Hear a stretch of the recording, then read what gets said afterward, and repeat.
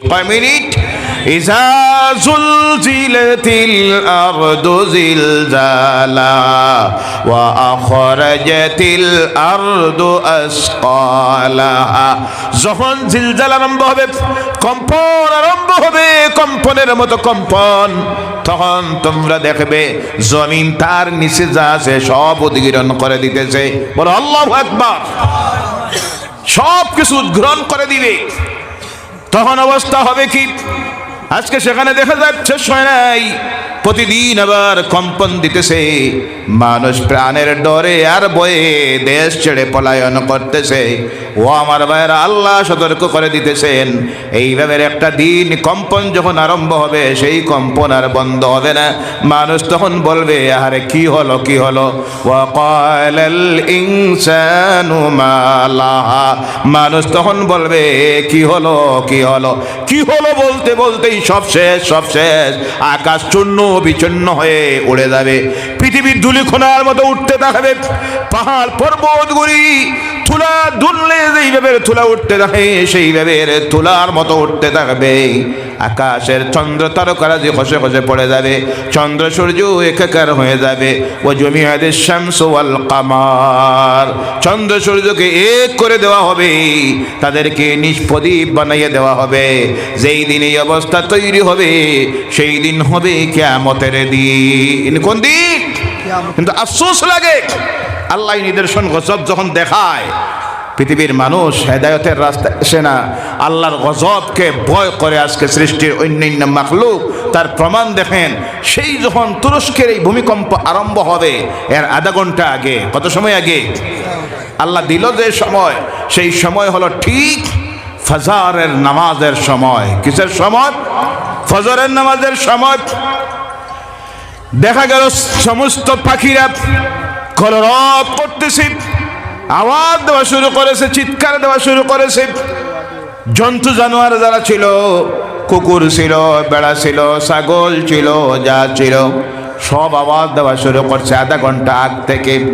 কারণ তারা বুঝতে পারতেছে আল্লাহর গজব আসতেছে। কার গজব? সেই দিন সমস্ত পাখিগুলি বিল্ডিং এর উপর থেকে, গাছ থেকে উড়া শুরু করছে, উঠতে আসে, গাছে বসে না, বিল্ডিং এর উপরে বসে না। কারণ তারা বুঝতে পারতেছে কিছুক্ষণ সময়ের ভিতরে বিল্ডিং ধ্বংস হয়ে যাবে, গাছপালা তরুলতা ধ্বংস হয়ে যাবে। আল্লাহর গজবের ডরে আর বয়ে আকাশে উঠতেছে আর আওয়াজ দিতেছে। কিন্তু মানুষ, এই মানুষ যাদেরকে আল্লাহ বলছে এই সময় ঘুমানির সময় নাই, এই সময় ঘুমানির সময় নয়, তোমাদেরকে ডাক দেওয়া হচ্ছে, হাইয়া আলাস সালাহ হাইয়া আলাল ফালাহ, আস-সালাতু খায়রুম মিনান নাওম। নামাজ থেকে ভালো, ঘুম থেকে ভালো নামাজ, সেই দিকে যাও। কিন্তু গেল না। যদি যাইতো, যারাই আল্লাহর ঘরে ঢুকলো তারাই বাঁচলো। বলো সুবহানাল্লাহ। আর রাসূল বলেন সুবহানাল্লাহ। পৃথিবীর মানুষ অবাক হয়ে গেছে।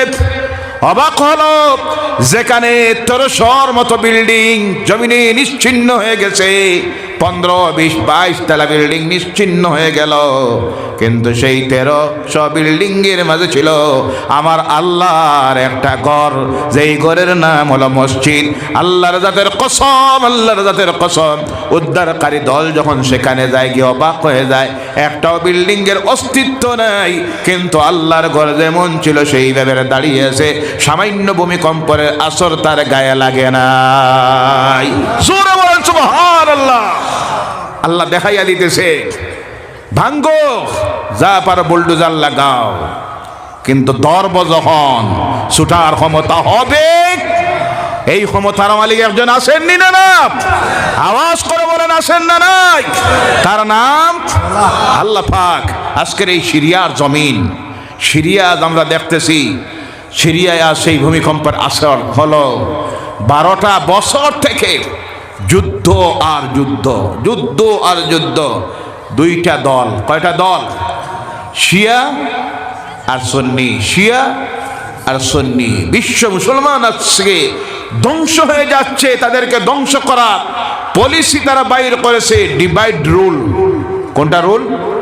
Divide rule. দলে দলে বিভক্ত করে দাও, মাঝে দিয়ে আমরা কাম চলবো। চলেননি না? না, কথা বলেন, চলেননি না? না, তারারে দলে দলে বিভক্ত করে দেও, এই দল শিয়া, এই দল সুন্নি, এরা রাফিজি, এরা খারিজি, এরা আহলে সুন্নত, এরা নদওয়া, এই যে দলে দলে বিভক্ত করে দিলে তাদের ঐক্যের শক্তি নষ্ট হয়ে যাবে। আর সেই ঐক্যের দুর্বলতাকে, দলে দলে বিভক্ত হওয়ার দুর্বলতাকে নিয়ে আমরা কাজে লাগাই আমাদের ব্যক্তির স্বার্থকে, রাজনীতির স্বার্থকে আদায় করবো। যার প্রমাণ দেখেন, আজকের ইরাক ধ্বংস হয়ে গেল। সিরিয়া 12টা বছর থেকে একদিকে হলো ইরান আর তার সমর্থনে হলো রাশিয়া চলতেছে, শিয়া যারা তাদের পক্ষে, আর একদিকে হলো সৌদি আরব, তার সমর্থনে আমেরিকা। তারা দেখে একটা লাগাই দিলে 1 নম্বরে আমাদের অস্ত্র ব্যবসা, 2 নম্বরে ঋণ দেওয়া, 3 নম্বরে তাদের সব কারাগার, স্থল উত্তোলনের যে প্ল্যান্টগুলি ধ্বংস হয়ে যাবে। তখন আমরা সেখানে গিয়ে ঢুকবো, আমরা তেল আনবো, আমরা বেচবো, তাদেরকে একটা রয়্যালটি দিব, এইসব হলো তাদের চিন্তা। তখন একদিকে ইরানপন্থীরা আর একদিকে সৌদি আরবপন্থী। 12টা বছর থেকে বোমা হামলা হইতে হইতে হাজার হাজার মানুষ নিরপরাধ, ছোট ছোট বাচ্চারা, স্কুল নাই, কলেজ নাই, পড়া নাই, বাড়ি নাই, ঘর নাই, লক্ষ লক্ষ সিরিয়ান শরণার্থীরা ইউরোপ, আমেরিকার, আরব বিভিন্ন দেশে গিয়ে আশ্রয় নিয়েছে আর কান্দিতেছে। এই কান্দার আওয়াজ শুনতেছেন কে? মাজলুমের কান্দার আওয়াজ আল্লাহর দরবারে যখন গিয়ে পৌঁছে যায়, মাজলুম যে হোক, যে কোনো ধর্মের মানুষ হোক না কেন, অত্যাচারিত যখন হয়, ওই অত্যাচারিতের আওয়াজ যখন মুখ দিয়ে বাইর হয়, ও শব্দ, সেই আওয়াজ গিয়ে আঘাত করে আমার আল্লাহর আরশে আজিমে। আল্লাহ তখন বরদাস্ত করতে পারে না। সেই মাজলুম কত বড় নাফরমান হোক, বেনামাজি হোক, মদপানকারী হোক, কিন্তু সে যদি মাজলুম হয়ে যায়, তার আওয়াজ আল্লাহর দরবারের থেকে আল্লাহ ফিরাইয়া দেয় না। সঙ্গে সঙ্গে আল্লাহ মাজলুমের আওয়াজ দেয়। মাজলুমের দোয়া আল্লাহ কখনো ফিরাইয়া দেয় না, মুসাফিরের দোয়া আল্লাহ কখনো ফিরাইয়া দেয় না, আর মা বাপের দোয়া আল্লাহ কোনো সময় ফিরাইয়া দেয় না। বলো সুবহানাল্লাহ। এইভাবে মাজলুম আমার দেশে আসে না নাই? কথা বলেন, আসে না নাই? এই ঠান্ডার দিনে মানুষ যখন ঘরের মধ্যে জায়গা পাইতেছে না, অগণিত মানুষগুলি মাজলুম, মাথার উপরে একটা চাল নাই, খাবারের পানি নাই, ব্যবস্থা নাই। এই মাজলুমেরা যখন কান্দে, আওয়াজে পৌঁছে যায় আল্লাহর দরবারে। হতে পারে আমি বলি, আজকের এই সিরিয়ার জমিনে আল্লাহ সেই ঘটনা গোটাইয়া দেখাইয়া দিল। ও জালিমেরা, সতর্ক হয়ে যাও, নতুবা আমি আল্লাহ যখন ধরতে গিয়ে আমি নিজে এসে ধরার দরকার হয় নাই। জমিনকে অর্ডার দে, জমিন একটাবার ধাক্কা দে। পানির অর্ডার দে, পানি একটাবার তোর ক্ষমতা দেখাই দে। বাতাসের অর্ডার দে, বাতাস তোর ক্ষমতাটা দেখাই দে। সঙ্গে সঙ্গে বাতাসের গতিবেগ এমন বেড়ে যায়, বাতাস তখন আর রহমত থাকে না, হয়ে যায় ঘূর্ণিঝড়। কি ঝড়? পানিরে যখন অর্ডার দে, পানি তোর ক্ষমতা দেখাই দে। পানি তখন তার ক্ষমতা দেখাইতে গিয়ে আল্লাহর অর্ডার পালন করে সৃষ্টির সব মাখলুক। পানি তখন তার ক্ষমতা দেখাইতে গিয়ে পানি আর রহমত থাকে না, তখন হয়ে যায় জলোচ্ছ্বাস। 20 হাত, 30 হাত, 40 হাত, 50 হাত উঁচু হয়ে সাগরের ঢেউ ওটা শুরু করে। আর বাতাসের গতিবেগ হয়ে যায় ঘন্টায় 250, 500, 600 কিলোমিটার। বলে সুবহানাল্লাহ। গাছপালা, তরু লতা সব জমিনের সঙ্গে মিশাইয়া দেয়। আর আল্লাহ বলে, দেখ আমার ক্ষমতা, কোন ফায়াকুন। আমি যখন বলবো কোন, সঙ্গে সঙ্গে ফায়াকুন হয়ে যা, বলা মাত্র হয়ে যায়। আকাশকে অর্ডার দে, পানি দে, পানি দে, পানি দেওয়া শুরু করে। দিতে দিতে গিয়া দেখা যায় সারা জমিন এমন একটা জায়গা বাকি নাই। দেখাইয়া দিল নূহ আলাইহিস সালামের কওমরে একটা জায়গা বাকি নাই, শুই রাখার মতো জায়গা আকাশ আর জমিনের উপরে বাকি নাই। আল্লাহ ডুবাইয়া দিল, নিদর্শন রাখলো আমাদের জন্য। ও আমার ভাইয়েরা, ও মুসলমানেরা, এর জন্য অনুরোধ রাখি, আল্লাহর কালামে কোরআনুল কারীম এই সব কথা অনেক আগে আমাদেরকে আল্লাহ জানাইয়া দিয়েছেন, বুঝাইয়া দিয়ে গেছেন। আল্লাহ রাসূল সাল্লাল্লাহু আলাইহি সাল্লাম বলছেন, এই পৃথিবীতে যখন আল্লাহর নাফরমানির কাজ শুরু হবে, অনেক ভবিষ্যৎবাণী আল্লাহ রাসূল করে গেছেন। সেই সময় এই পৃথিবীতে আল্লাহ বিভিন্নভাবে গজবাত দেওয়া শুরু করবে। কিয়ামতের পূর্বাভাস বলতে গিয়ে আল্লাহ রাসূল বলছেন আলামতে কিয়ামত, ছোট আলামত যেগুলি আলামতে সুগরা, সেখানে আল্লাহ রাসূল বলছেন ঘন ঘন ভূমিকম্প হবে। পৃথিবীর মানুষ যখন আল্লাহর নাফরমানি শুরু করবে, পাপাচারের কাজ শুরু করবে, আল্লাহ তখন বিভিন্ন জায়গায় ভূমিকম্প দিয়ে জমিনটাকে নিশ্চিহ্ন করে দিবেন। কোন জায়গায় ফ্লাড দিয়ে এক এলাকা ধ্বংস করে দিবেন, কোন সময় আল্লাহ ঘূর্ণিঝড় দিয়ে এক এলাকা ধ্বংস করে দিবে। কোন সময় এমন অবস্থা হবে জালেম শাসকদেরকে আল্লাহ বিভিন্ন জায়গায় প্রতিষ্ঠিত করবে, যাতে করে দুনিয়ার মানুষ হেদায়েতের রাস্তার মধ্যে আসে। ও আমার ভাইয়েরা মুসলমানেরা, আল্লাহর কালাম সব আমাদেরকে বলে দিয়ে গেছে, আল্লাহ রসুল সব বলে দিয়ে গেলেন, সব আমরা জানি আর বুঝি, কিন্তু হেদায়েতের রাস্তায় আমরা আসতে চাই না। আমার ভাইয়েরা বলুন তো, আমরা কি আলামতে কিয়ামত আল্লাহ রসুল যা বলেছেন আমরা জানে বোঝার পরে কি সেই আলামতে কিয়ামতের কাজ আমরা করব? জি, মুসলমান হইলে সেটা করতে পারে, মুমিন হইলে করতে পারে। আল্লাহ রসুল বলছেন সেই সময় তোমরা দেখবা এই পৃথিবীতে শুধু ইসলামের নাম থাকবে, একটা সময় আসবে মানুষ কিন্তু ইসলামের কাজ বলতে যা বোঝায় একটাও কাজ করবে না। কোরআন শুধু কাগজে কলমে কোরআনের কথাগুলি থাকবে, মানুষ বাস্তবে জীবনে কোরআনটাকে মানবে না। এই সময় আইছে না বাকি রইছে? জি, আইছে না বাকি রইছে? আল্লাহ রসুল বলেন গানের প্রচলন হয়ে যাবে, তোমরা দেখবা গানকে মানুষ হারাম ভাববে না, মদ প্রকাশ্যে চলবে এটাকে হারাম মনে করবে না, গান বাজনার এমন প্রচলন শুরু হবে এটাকে মানুষ নাজায়েজ ভাববে না, সুদের প্রচলন ঘরে ঘরে হয়ে যাবে, মানুষ সেটাকে হারাম মনে করবে না, মা বাপের সঙ্গে দুর্ব্যবহার করবে, মা বাপের নাফরমানি করবে, সমাজের সম্মানিত ব্যক্তি যারা তাদেরকে সম্মান দিবে না, তাদেরকে গালিগালাজ দিবে, দোষারোপ করবে। আগের জমানার মানুষ যারা ছিলেন ওলামায়ে কেরাম পীর বুজুর্গেরা, তাদের রাস্তাকে ভুল রাস্তা ভাববে, তারা যা করে গেছেন বলবে সেটা ভুল করেছেন। নতুন নতুন মাসলা মাসাইল বাইর করবে, নতুন নতুন দল তৈরি করবে, সংগঠন তৈরি করবে, নতুন নতুন আকীদা তৈরি করবে। এইভাবে আল্লাহ রাসূল বলছেন মহিলারা তখন তোমরা দেখবে কাপড় পরিধান করবে, কিন্তু দূর থেকে এগিয়ে দেখতে দেখা যাবে বেপরদায় রাস্তায় চলাফেরা করতেছে, গায়ে কাপড় বলতে কিছুই নাই। এই অবস্থাটা যখন তৈরি হবে অপেক্ষা করিও, বড় আলামতগুলি তখন আসা শুরু হয়ে যাবে। হঠাৎ করে একদিন দুনিয়ার মানুষ দেখবে পশ্চিম আকাশে সূর্য উঠে গেছে। এখন সূর্য উঠে কোন দিকে? পূর্ব দিকে। কোন দিকে? হঠাৎ একদিন ঘুম থেকে উঠে দেখবে সূর্য উঠে গেছে পশ্চিম দিকে। সেই দিন বন্ধ হয়ে যাবে তওবার দরজা। কোনটা? আর তওবা করলে আল্লাহ তওবা কবুল করবে না। এই দিন কোন দিন হইব জানা আছে? জি, কথা বলেন, কারোর জানা আছে? জানা থাকলে আমরা অপেক্ষা করবো যে এটা তো 2030 ইংরেজি 22 জানুয়ারি। জানা আছে? জানা থাকলে তো অপেক্ষা করতাম যে এর আগে একবার তওবা করে নিব। আল্লাহ না করুক, আগামীকাল যদি হয়ে যায় ঘুম থেকে ওঠার পরে পৃথিবীর মানুষ সে দেখে আহারে অবাক কাণ্ড, আজকে সূর্য উঠে গেছে পশ্চিম আকাশে, আর তওবা করার সুযোগ থাকবে না, তওবার রাস্তা বন্ধ করে দিবে আল্লাহ।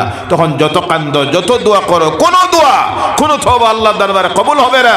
তাই আল্লাহ রাসূল বলেন ও আলী রাদিয়াল্লাহু তাআলা আনহুকে আল্লাহ রাসূল উপদেশ দিতে গিয়ে কয়েকটা উপদেশ দিতে গিয়ে বলেন ও আলী, ভুল যদি হয়ে যায়, গুনাহ যদি হয়ে যায়, তওবা করতে দেরি করিও না। কারণ এই গুনাহ করার পর বিনা তওবা যদি তোমার মওত হয় আখিরাতের জীবন বরবাদ হয়ে যাবে। ও আলী, গুনাহ করার পর তওবা করতে দেরি করিও না। পশ্চিম আকাশে যদি সূর্য উঠে যায় তাহলে তোমার তওবা আল্লাহর দরবারে কবুল হবে না। গুনাহ হয়ে যায়, যত সম্ভব তাড়াতাড়ি তওবা করো। এই তওবা করতে রাজি আছেন? রাজি আছেন? আমরা অনেকে অনেক সময় ভাবি তওবা করতে হইলে পীর সাহেবের হাতে ধরা লাগে। জি, পীর সাহেবের পাগড়ি ধরা লাগে। তওবার জন্য এইভাবে কোনো শর্ত নাই। কারণ এই ধরতে গেলে বিভিন্ন সময় আপনি বিভিন্ন সমস্যায় পড়বেন। কোন পীরের ধরতার, কোনটারে ছাড়তা, কারণ পীরের তো আর এখন অভাব নাই। জি, আর বিশেষ করে ইউটিউবের বাইরে তারা বাবা যে হুজুরে খুব দুঃসই নাম পাবে না। না, কিছু ইউটিউবের বাইরেরা আছেন, আপনারা যেটা আলিম না এটারে বানাই দেন বিশ্বকাপানু বক্তা। জি, যার বক্তব্য শোনার জন্য লক্ষ লক্ষ মানুষ উপস্থিত, আন্তর্জাতিক খ্যাতিসম্পন্ন মুফাসসিরুল কোরআন বিশিষ্ট ইসলামিক চিন্তাবিদ হযরতুল আল্লামা, নাউজুবিল্লাহ বলেন নাউজুবিল্লাহ, এটা যার লোকে লাগানি হয় খবর লইয়া গিয়ে দেখা যায় হাদিসও পড়ে নাই, তাফসিরও পড়ে নাই, কয়দিন মাদ্রাসায় গেছিল আর কিছু বক্তব্য দেওয়া শিখে গেছে। আপনারা এইটারে বানাইয়া দেন আন্তর্জাতিক। আর কিছু ফির, আমি মাঝে এক ফির দেখে অবাক হইলাম, বয়স হইব 25 থেকে 30 বছর, টেইজে নিয়ে তুলতে 60 জন লাগে। নাউজুবিল্লাহ বললেন না?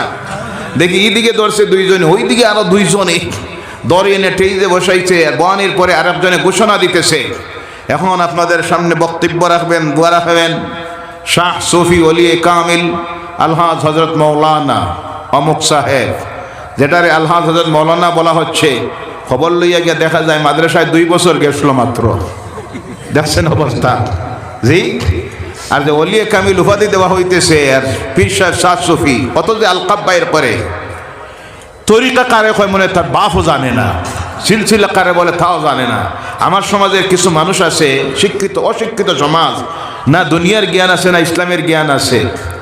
যারা যখন পাইল যে সাহেব জাদা ফির জাদা, লগে লগে লাগাই দেয় শাহ সফি আল্লামা ওলিয়ে কামিল তমুক সাহেব। এইসব বন্ডামি ইসলামে নাই, এইসব করবেন না। আবিদ হওয়া এক জিনিস, ইবাদতকারী হওয়া এক জিনিস, আল্লাহর ওলি হওয়া আরেকটা জিনিস। পীর সাহেবের কেউ দোয়া দিতে পারে, বক্তব্য রাখতে পারে, দোয়া দেওয়ান, অসুবিধা নাই। এইসব আলকাব দিয়া, লকবগুলি উপাধি দিয়া তাদেরকে আপনারা বরবাদির জিন্দেগিতে নিবে না। কারণ সে দেখবে এরে ফলো করে আরেকজনে ভাবব। এখন আন্তর্জাতিক হইতে গেলে আল্লামা হইতে মাদ্রাসায় যাওয়া লাগে না, পীর সাহেব হইতে হইলে তরিকত লাগে না, মুরিদও হওয়া লাগে না, কিছু জানা লাগে না। গুমরাহির দিকে মানুষ যাবে, আল্লাহর ওয়াস্তে এটা করবেন না। আমার বলার উদ্দেশ্য হলো তওবা করুন। তওবা করতে পীর সাহেবের পাগড়িতে ধরা লাগবে, হাতে ধরা লাগবে এমন কোনো শর্ত নেই। তওবার 1 নম্বর শর্ত হলো আপনি আপনার নিজের জীবনের গুনাহগুলি যা করেছেন সব মনে আছে না নাই? জি, প্রত্যেকের আমরা আছে না নাই? ছোট্ট থেকে ছোট্ট স্কুল জীবনে যা করেছি, মাদ্রাসা জীবনে যা করেছি সব মনে আছে না নাই? সেই জীবনের গুনাহগুলির কথা স্মরণ করবেন গভীর রাত্রিতে অথবা একাকী করে, জুমার রাত্রিতে, বিশেষ রাত্রিগুলিতে, অথবা এইভাবে মাহফিলে বসে বিগত জীবনের গুনার কথা স্মরণ করবেন, স্বীকার করবেন আল্লাহর কাছে। আয় আল্লাহ, আমার জীবনে আমি অনেক গুনাহ করেছি, জানিতভাবে অজানিতভাবে, লুকায়িতভাবে প্রকাশ্যে।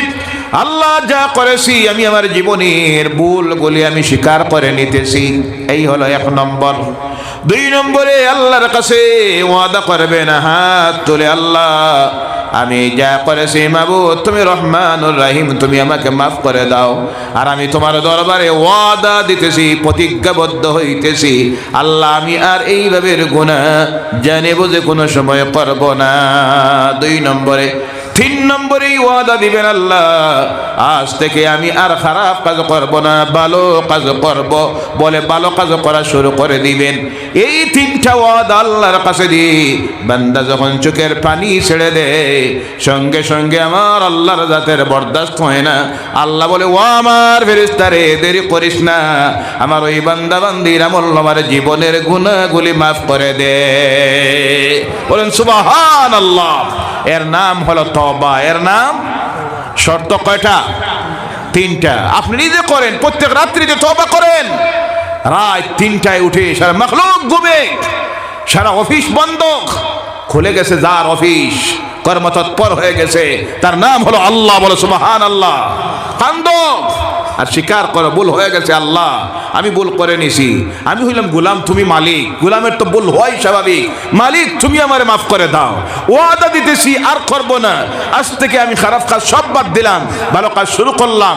আমার আল্লাহ বলেন, আল্লাহ রসুলের জবান দিয়া এই ওয়াদা দিয়া চোখের পানি যখন ছেড়ে দে, বান্দার বান্দির চোখের পানি জমিনে পড়ার প্রয়োজন হয় না।